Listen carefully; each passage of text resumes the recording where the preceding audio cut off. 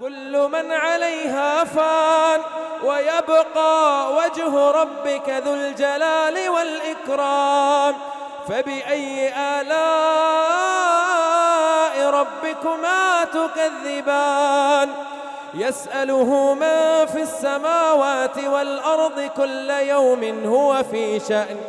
فبأي آلاء ربكما تكذبان؟ سنفرغ لكم أيها الثقلان. فبأي آلاء ربكما تكذبان؟